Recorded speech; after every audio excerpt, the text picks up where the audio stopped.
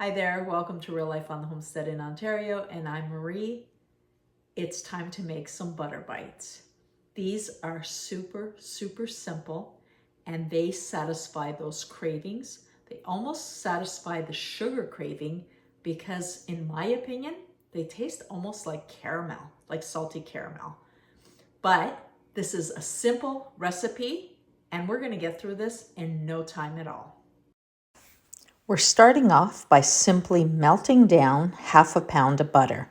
I like to use stainless steel or a white enamel pot because that way I could see what the bottom looks like. If you use those dark pots, it's kind of hard to tell.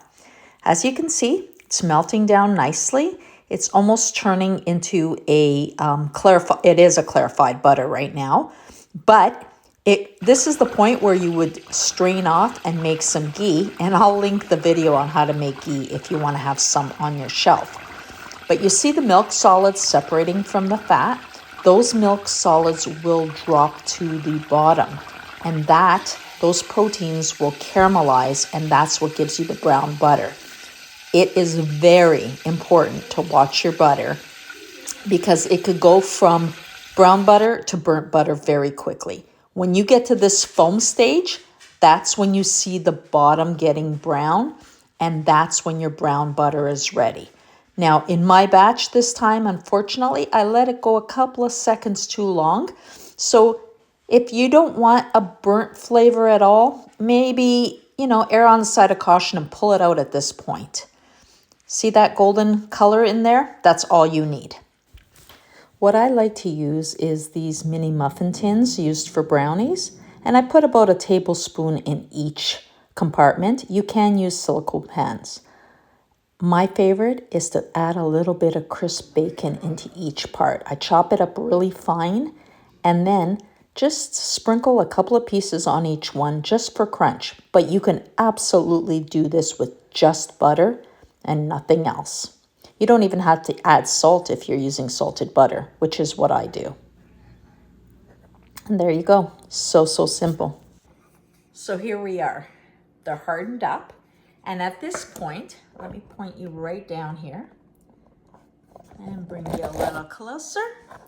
Yep, there's one missing. I've already gotten into them. But all you have to do is pop them out of the tray. See that? Now, mine are just a little bit dark. I let the butter go just a tiny bit. They should be a little more golden, but they taste equally as great. Now, I swear, tastes like salty caramel.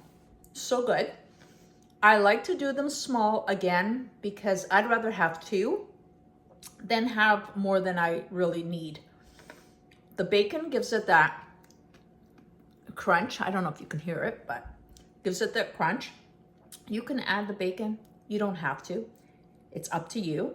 The other thing I like to do is sometimes I will brown some ground beef, make it really crispy, and throw those in. Just something different.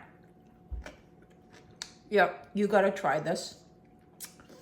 Make sure that you always have some of these on hand. So go out, live your best life, and make sure to share with your friends. Your friends need to know about this. We'll talk to you next time.